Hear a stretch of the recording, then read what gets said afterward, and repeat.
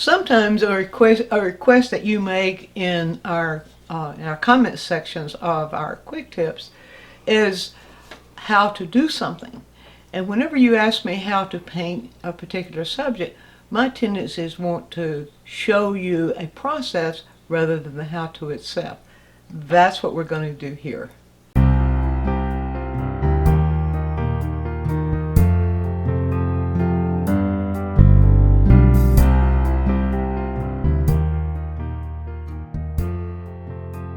This person asked me to do a quick tip on painting waterfalls. Well, if I show you how to paint one waterfall, and then if you paint that same waterfall every time you see a waterfall, you will be narrowing your opportunities for expressing the waterfall that you see. Rather than that, I want to show you a method of thinking and a way of using the brush that can enable you to show falling water. So, method of thinking first. When we look at something like this waterfall, let's observe, let's read it, let's see what we have going on here and what kind of stage do we need to set for creating that. And sometimes when you see something in front of something else, you might need to set a stage for whatever is in front. You might need to set a stage for what goes on behind it. So first of all, what are we observing here? We're observing all this very dark in shadow rock and foliage stuff that is going behind the water that's falling in front of it. So the first thing that we do, we observe, then of course we observe the colors. And I'm going to keep this pretty much on the neutral side, and rather than show foliage going behind it and rocks, I'm just going to stick with the concept of the rock going behind it to keep this simple. So first thing we need to do is a kind of a placement, like we often need to do when we start a painting. In fact, we should always do when we start a painting. So we'll just do a very loose placement, and I'm not going to do the whole thing. I'm just going to show you how to think about it and what you need in the way of technique in order to make such a subject as this work for you. So to place it, we see a very long, almost vertical edge there between the waterfall itself and the stuff behind it. And we don't see very much lines of demarcation within this area right here. I'm just going to stick to what's next to the waterfall. What do we see on the other side? We see a vertical slightly leaning. If we were looking at the clock, it would be slightly leaning to the left of 6 on the clock. So we look at the width of that edge. It starts about, we'd say start about right there. We see the width of it, and it's not as continuous on this side as it is on that side. So we could just do kind of a little loose placement there, and we could do other placements too.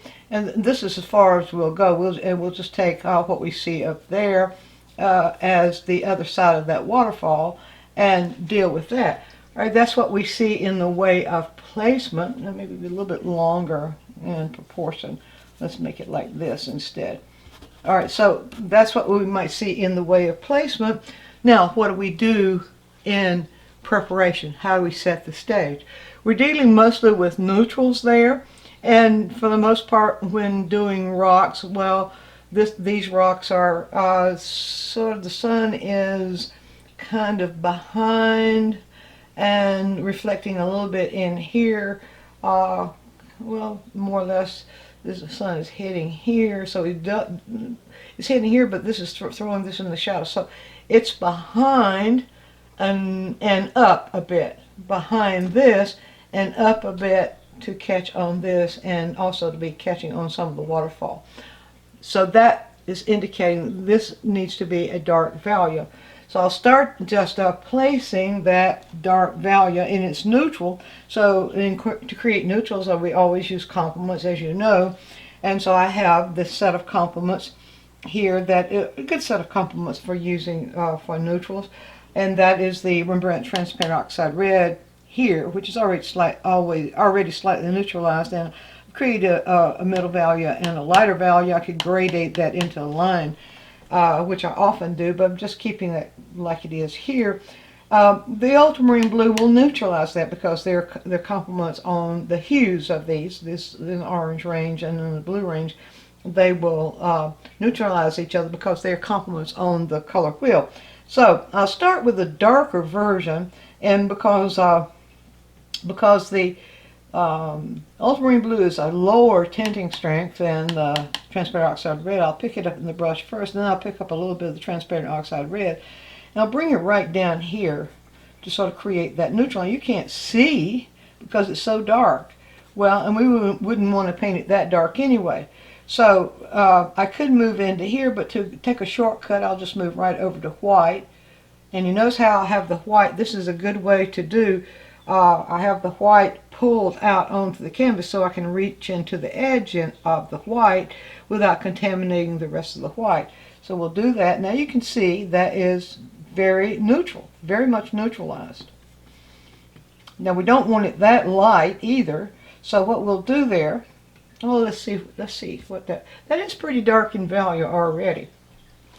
So what we'll do there is we will take this lighter version of that neutral and maybe put just a little bit more of the dark of those two colors in the brush, and just sort of place here this would be an underpainting.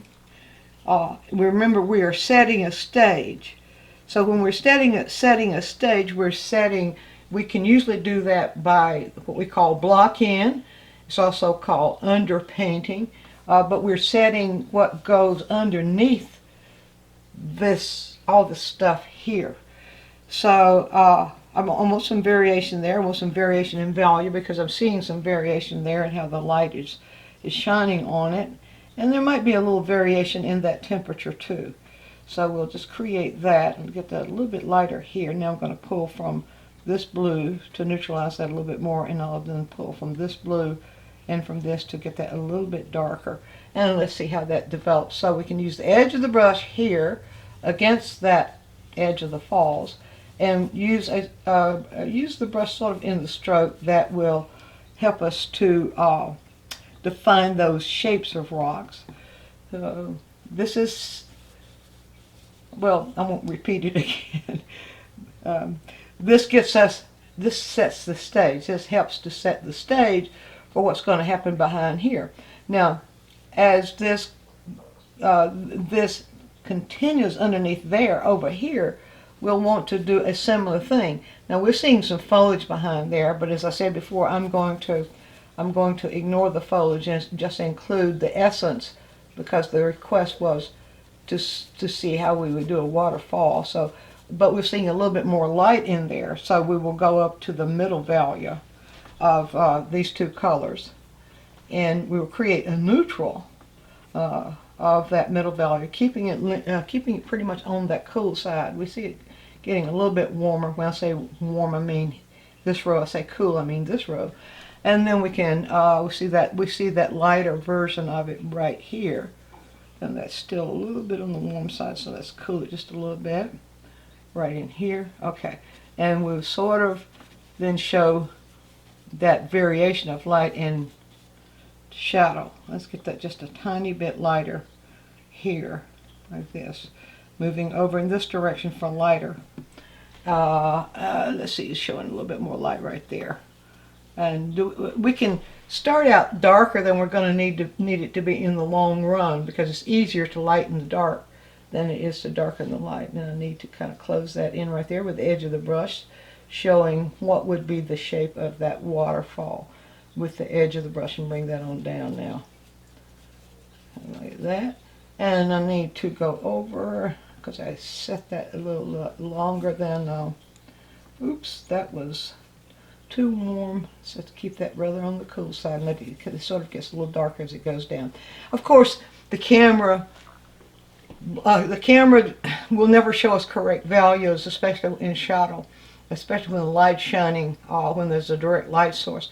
So the photograph is showing that a lot darker than it really would be, but this will serve, this approach will serve well for showing you what I need to show you. Now, that sets the stage for either side, but I said that's going underneath that. So what do we need to show? Well, we don't need to paint this as dark as we see that. But what we need to observe is what we're seeing through here. If we were there, we'd probably see that these darker versions here, we'd probably see that a little bit more distinctly in terms of variation in value than we see it in the photograph. So what I want to do there, I'll just rinse the brush, rinse that really, really dark out of the brush.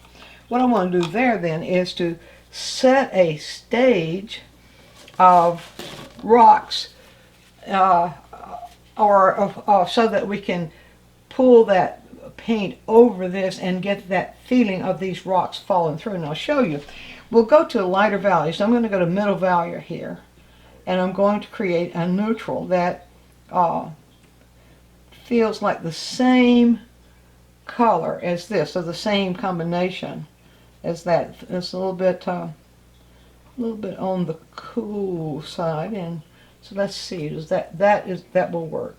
Now that probably is a little bit dark for what we need, so I'm going to raise the value just a little bit by moving into each one of those. Raise the value, and this is underneath. Now here's the important thing. What goes here? The paint, don't want the paint to go on really thick. We can actually just pull it down into strokes like that, and that is too cool, so I need to warm that up just a bit. So we can just throw these strokes in here like that. The thinner the paint, thinner. Not adding medium. You don't need to add medium to that. Just don't put as much paint. Keep that layer as scanty paint as possible. Now I'm going to get that blended between this and this so that it doesn't look it's cut out and pasted on, and we can bring that down. Now we have a stage set for bringing that waterfall on. So remember, the setting of the stage is really, really important for when we're doing something like this, where we have something in front of something else. One of the important things to pay attention to is the follow through. Be sure that this feels like it's following through and continuing right over here. Now, I'm going to stop for a moment and create some sunlight. Just plain white paint would give you the value, but it wouldn't give you that feeling of light that you're seeing there. So I'm going to stop and just create some sunlight for you. Now I'll go into the white paint where it's uncontaminated, right in here. I'll get enough of it so that I can be sure I have all the. It's better to always have too much than not enough. Now, if you want to create sunlight, what I'm talking about creating sunlight is whenever you have something that appears white, but the light's shining on it and you feel that warmth coming out of that light. Often in puffy clouds or falling water, or you might find, ocean, when the waves of the ocean make those bubbles and that sort of thing. Well, you can go. You need you need the warmth of sunlight, and the warmth suggests going to the warm colors. What I like to do, it depends on the subject as to whether I lean it a little bit more towards the red or towards the yellow, because those are our two warm colors upon which all other warm hues are built. On this particular case, I'm going to go for a little bit of cadmium red light right here, but I'm not going to put it here. I'm going to put it here. Cadmium red light is really, really strong tinting strength, and I want to add a little bit of the hints of yellow light into that. So I'll do that now, and then what I want to do there is to weaken it. So to weaken it, I'm going to add white. And what I want here is a mixture that's just a little bit darker than this.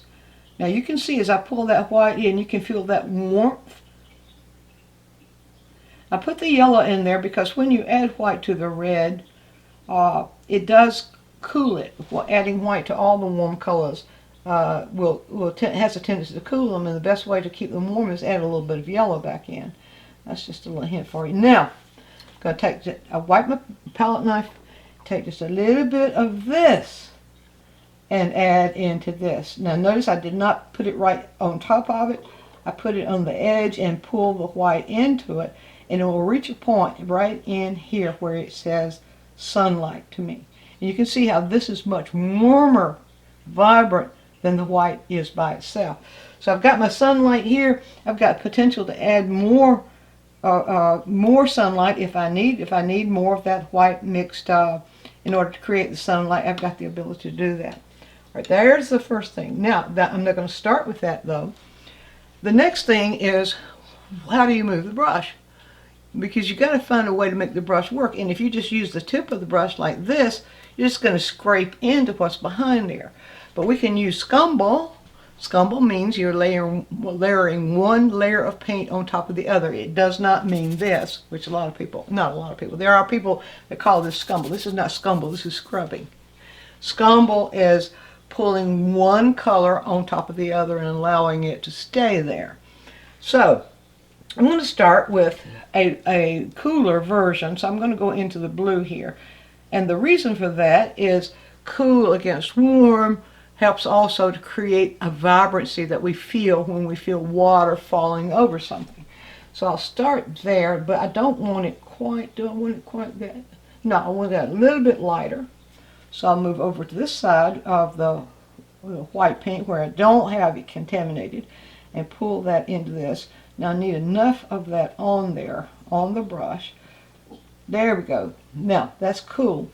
All right, so now watch what I'm doing. I'm loading the brush's belly. This is the brush's belly. Those of you who've been painting for a while know that. I'm loading the brush's belly, and what I want to do here is look at this, and I want that brush to move like that waterfall moves. So on its belly, I simply give it a pull like that, and I'll build it gradually. Now I'm going to add more of the white in here. Now that I've got one little layer put on there, I'm going to put quite a bit of that color, that cooler color, on the back of the brush. You see there? Got it quite loaded. Now, with a very light touch, I'm going to put and just pull. Pull. I don't want the whole thing covered because there are lots of little layers there. And so I'll keep doing that. I'll pull on there and pull, pull, pull. Pull the way I see it falling. Now, you can do that in one stroke. And I've recently taught a workshop where I taught the students how to do that with one stroke. But you can also build it up. The idea is not to blend it, not to blend what's underneath there, but to allow that paint to sit on top of what's there.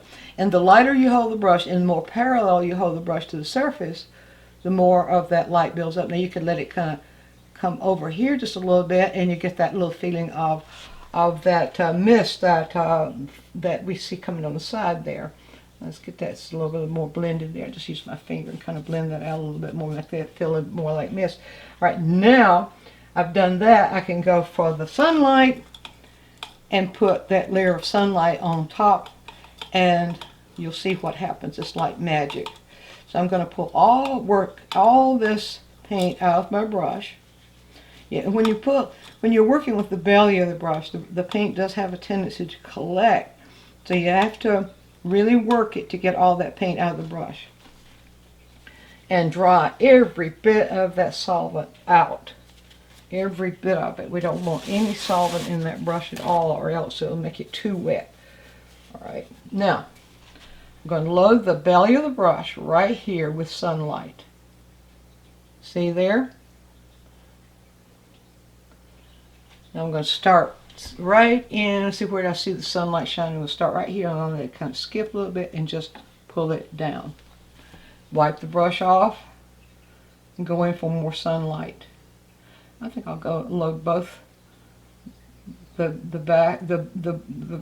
sides of the belly. All right, now it's a little bit difficult to show on this small area here. I can even do that backwards. I need some more sunlight, so let's pull this right in here and develop more sunlight. There we go.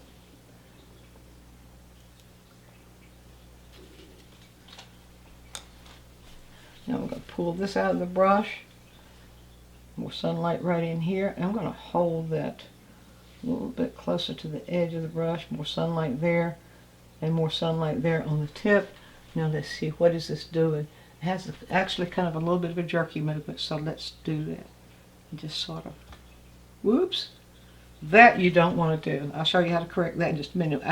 I hit my brush against the palette, and that's one of the disadvantages of painting on a pochade box, is that it's just too close to the canvas, and sometimes you have difficulty doing that sort of thing. So let's just do that. There we go, like that, where you allow that belly. Now we can use even the side of that belly and pull more sunlight in. Now I need to get rid of this. Maybe it's a good thing for you to see me have a little boo-boo every now and then. Now we can pull our fingers down like that and kind of make that go away, because we would develop more of those rocks anyway. All right, now I'm going to go into the white by itself. And now we'll get a kind of a warm, cool thing going over, and where we need more white by itself. So we're sculling, we're layering one layer on top of the other. Let's try it right here. Let's try it right here. And we see it's now beginning to look more and more like a waterfall. So you see I'm allowing some of that stuff to, some of the background stuff to show through. And I think maybe as that water is coming over here, let's give it a little bit more emphasis there, and we'll just do a little bit of a pull as we move down. A little bit of a pull like that. So that gives you an idea now of how you can allow, or how you can create sunlight, and how you can, by using that technique of scumbling, where you move one color on top of the other very gently, how you can create that concept of waterfall. One more little thing I will show you, because once you get that background set, then you need to put some emphasis on there to help that to actually show. And so now we've got this built. Then we go back when we're developing that, when we're developing the actual scene or actual waterfall itself, we need to put some emphasis in there, some dark emphasis against that fall, against the water itself. So we can load the brush with a darker version of the same color, and give it a little, not everywhere, but just in chosen places where we see the dark the strongest. We can give it that little bit of dark against the light, and you can see how that just pops, causes that water, or that the warmth of that water to just pop out. And so, but if we do it all the way down, then it gets to be, it loses its effect, because we need that contrast there. And we can do just a little bit of that on the other side. It's sort of pick and choose where they happen. You see how that just pops out when we do that. I don't want to do it right across here, but maybe I can go right in here and sort of place that emphasis of dark. You can see how the dark causes the light to just absolutely pop out. So you see, it's more of a matter of technique, more of a matter of where you put the paint on the brush, how much pressure you give the brush, and the speed with which you pull the brush. And I think you'll find it works better for you if you don't have your palette or anything right underneath it, so that you have the ability to pull that all the way down, or either that I have the canvas further up, so that you have the ability to move. So you see, it's what's on the brush, where on the brush you're working, and the movement that you're giving the brush, and you give that movement according to the movement that you're seeing here. And doing that sort of thing after you have set the stage, I think you'll find that you can probably interpret any waterfall you see. Be sure to view all of our quick tips. And while you're doing so, subscribe to the channel, click on the bell, so you'll always get a notice when we produce a new quick tip, which is every week. And if you have a question, leave it in the comments section, and we'll make a quick tip for you. Also, take a trip over to DianeMize.com, where I have full-length lessons, downloads, DVDs, lots of other stuff there, some free stuff for you. And while you're there, you can subscribe to the newsletter, and that way you'll always be informed every time we do something new.